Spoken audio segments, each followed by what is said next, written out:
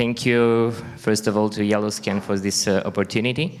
I'm kind of co-hosting this because I'm acting as a distributor of YellowScan products in Romania, eastern part of Europe, to be more precise. And I will introduce my friend and my first client for YellowScan product in Romania, which is Eduard Năstase. He is the representative of Institute of Earth Physics. And together with him, we'll present a couple of use cases that they developed in Romania. Only part of those, because there are a lot of other use cases that are under processing. Probably next year you will see other use cases. Yeah, I will give the floor to Eduard to make that presentation, and I will support him with, I don't know if there are any technical parts regarding the data capturing or other technical part in terms of flying with drones. Thank you. Thank you for your introduction. And I like to add that we are two persons here because it is a collaboration.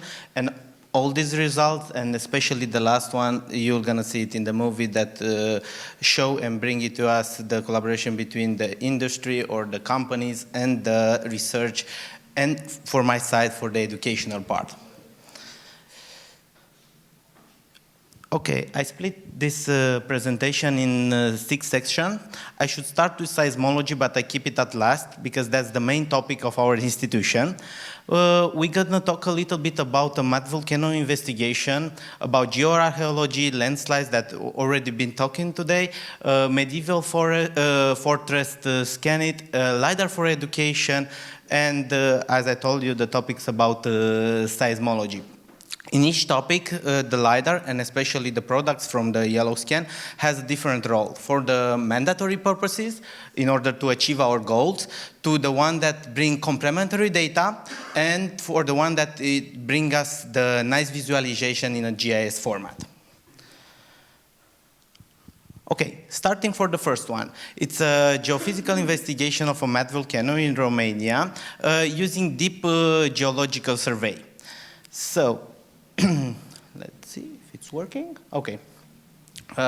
This investigation was made for the surface and the digital terrain model with YellowScan VX20-300, and our purpose was to have as good as possible the shape and the difference of the terrain model in order to have a deep investigation with electrical and survey in order to see how the interior and let's say different chambers and different consistencies in order to characterize the electrical part for this mad volcano. It's also important to have this LiDAR information because the shape of the land it changes rapidly. From month to month, some small volcano can be large or can disappear, and others can be created. Okay, I don't know if it's work here. It's a movie. Let's see if it's a start. It's a 3D section. We'll try to see if it's working. Okay. It's working.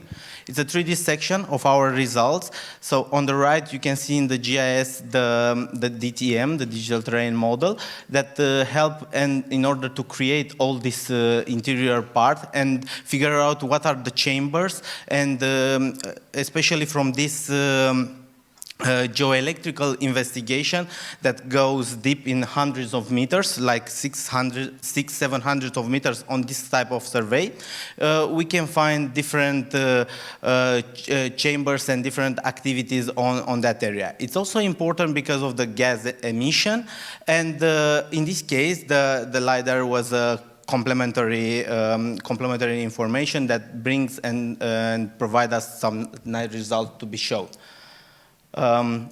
The next one, the fourth room, the second one, it's a geophysical investigation in archaeological sites.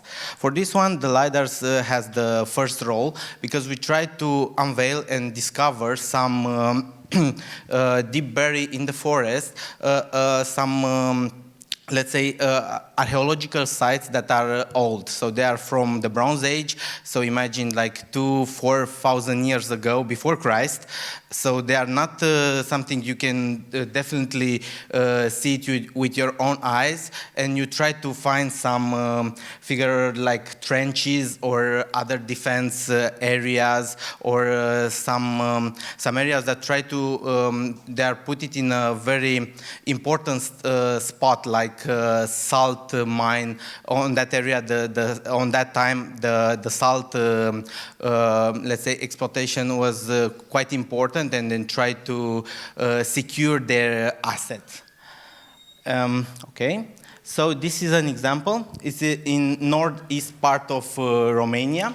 So we have different sites. We try to investigate deep in the forest, some of them, and we also try to investigate some tumulus. Some tumulus, there are some graves, like a small hill on the top of the land, and to figure out more about their culture and their civilization.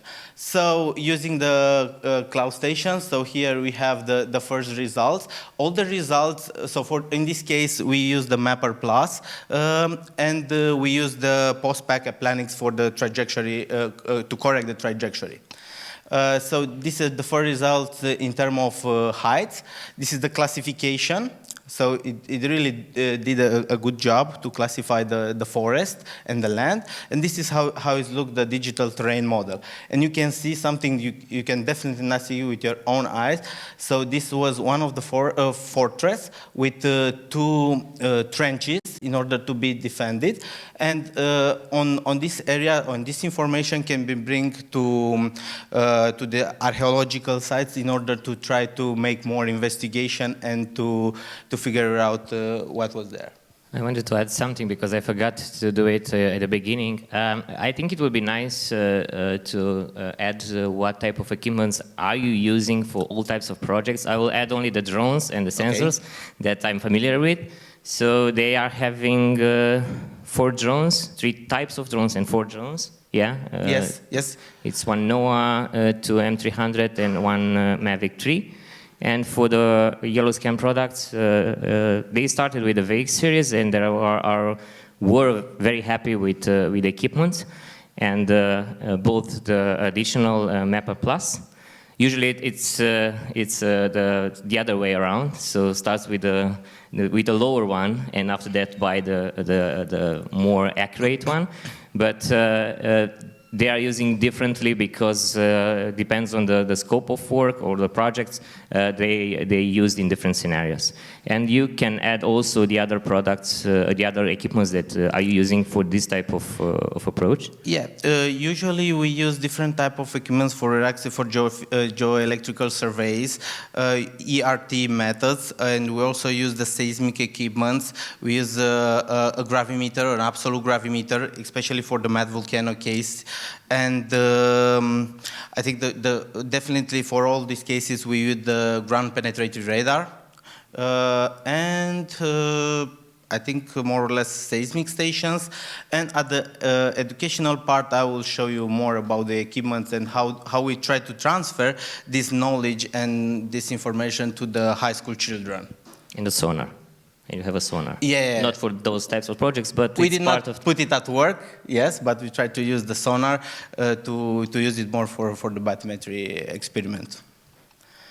Okay, this is the second scenario that we try to investigate the tumulus. So that's a grave about this hill, and we try to use.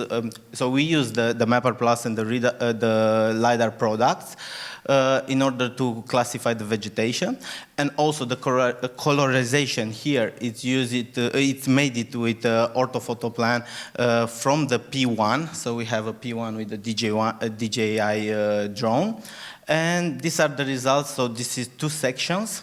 at 2-meter depth, and these are the 3D results in order to see different behavior of the electrical conductivity inside this area and figure out where are the different, maybe try to find some conclusions in order to see if there are some water, there are some chambers that are empty, or there are some different materials around these tumulus, like rocks or bricks from that area. It's a little bit hard, but in general we speak about wood and rocks. Okay, so these are other examples from the forest. So these two areas are related. So here there are two fortresses, one on the bottom of the hill and one on the top. And this large trench, yes, that is in front, you can see it here also from the normal image. And this is the one that I showed you previously. And this is the one with that try to control the salt area. So here it's another one that I also have some archaeological investigation. But all of them, as you can see from the background, all of them are beneath the forest. And this is how it looks, the data and the power of the LiDAR in these cases and in this type of discoveries. Still Mapper Plus. Yes, and it's with Mapper Plus. The third one, it's integrated the ERT and the LiDAR for a complex that was affected by the landslide. So it's a church that was actually split it in half. So we try to see if it's going. Okay, thank you. So we have a landslide area. And this is a complex, it is a church, and with all the buildings around. And it suffered in 2002 after a rain, and combined it after a couple of days with an earthquake. It suffered a very, let's say, rapid landslide that destroyed and split it in half all this settlement. These are the real-time products, let's say, just collected and analyzed it at the field. So there were some questions as how fast you can see the data and analyze it. So it was just in a couple of minutes. And this is how it looked when we tried to select just the building and see how the results look like from YellowScan VX. So it's two strips perpendicular how this survey was made. So the cropping question for Ines, you see, it's over there. Okay. This is just a nice results related to a medieval fortress. Let's say if it's working. Okay, and it's a small movie. If it's starting, I don't know. We're gonna see. Okay, it's starting. Yes. So here we have the LiDAR data, and here is the colorization. And this is made with the smart oblique for the P1. So it's there are 5 flights, one at nadir, and the other 4 at 45 degrees and different angles. And we use this product for marketing to give them to the archaeological site in order to have nice nice view and nice pictures in terms of their museum, because right now it's a museum. And also this type of information and this type of studies, we use it for the educational purposes, as you can see it on the fifth case. Here it's, let's say, by exploring the past, we try to inspire tomorrow earth science and use all this state-of-the-art equipment and technology that I already mentioned it right now. So, these are some pictures. We organized for the last 5 years a summer school of science and technology at our institutions and the other institutions, research institutions nearby Bucharest, with a team of, in this case, of 6 high school children for 2 weeks. And we try to investigate a monastery. It's 200 years old in the degradation study, and close by it's a train rail, and it's also affected by the Vrancea strong earthquakes. So they learn about earthquakes, they learn about remote sensing, they learn about drones, and in these cases you can see how they try to assemble, and they use the technical part for the assemble of the drones, and they collect the data. The only thing that they did not do was they did not fly the equipments, so we did it, but they were allowed to plan the flights and to also to analyze all this data. The goal was for these surveys was to integrate all the scanning. So we had ground photogrammetry, aerial photogrammetry, LiDAR scanning, and laser scanning in a complex 3D model in order to have as best as possible a 3D model and print it in 3D at the laboratory. On the right, on top on the right, you can see the scanning with the VX. On the left, there are some thermal images, and they are quite interesting because with the thermal imaging, they could find some structure that are beneath the ground because the summer, it's late August and beginning of September, and they took two different scanning, one in the middle of the day and one during the night, and they see a different pattern in the ground, and they also use the geoelectrical equipments in order to validate their results. They see the difference in frequencies and behavior from an earthquake that can affect this building and from a train. And this is one recording, so it was an earthquake, and after that it just passed a train, and they could record it in these 2 weeks and learn a lot about these ones. So I'm gonna let at the least we're gonna be the aerial survey for tectonic activities. So this activities was made in the partnership with Skyline drones, and the purpose was to, let's say, to analyze this very important active area in Romania. It's south of the Carpathian mountain. During last year spring, hundreds of earthquakes occurred in this area, with the largest one having magnitude between 5.5 and 5.7 magnitude. They make some damages, no casualties, but they scare a lot the population from that area. It's also important for the people that loves mountain and try to walk, so there are a lot of trails, and and some rock falls can affect their roads and also their lives. So one of the main purposes of this aerial scanning was to see if there are some problems in terms of rock falling, and also to investigate some open mining that try to excavate rocks and other stuff to see if they could be related to some of or they could trigger some of the activities of the tectonic activities on these faults. So I would like to add something, because in that period it came after the earthquake in Turkey. Am I right? Yes, more or less. And it was kind of a confusing situation in Romania, yes. And you had a lot of things to do at the radio and television to explain and to justify that there's no relation between exactly. these earthquakes, and it's just happened because it's a natural way of doing this kind of thing. And when we were on site for the flights, we had a bit of we need to not to defeat, but it was a kind of strange situation dealing with the people over there and put a lot of questions, what we are doing, what's happening. So it was at least interesting.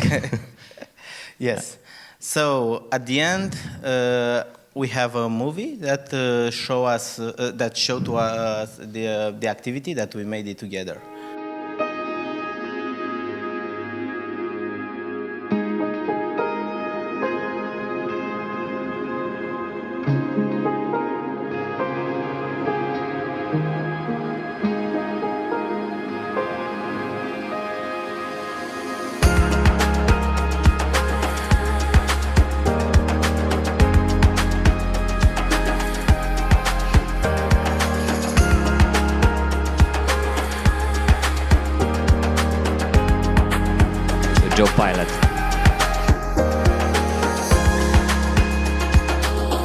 So we use a NOAA with a VX 2300 and M3E, so Matrice 3 Enterprise, Mavic 3 Enterprise, and Trinity Pro.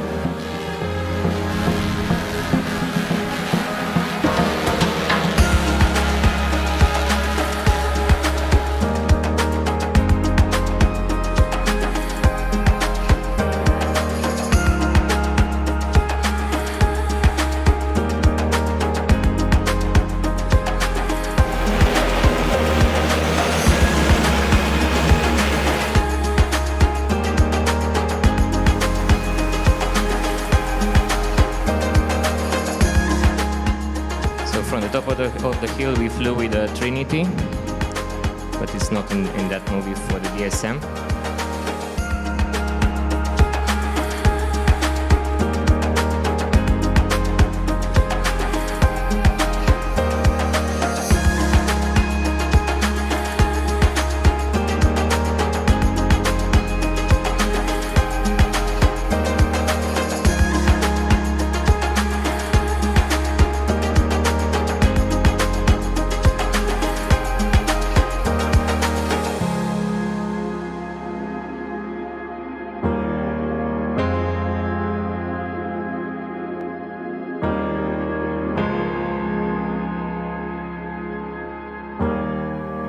Okay, so that was all. Thank you. Thank you.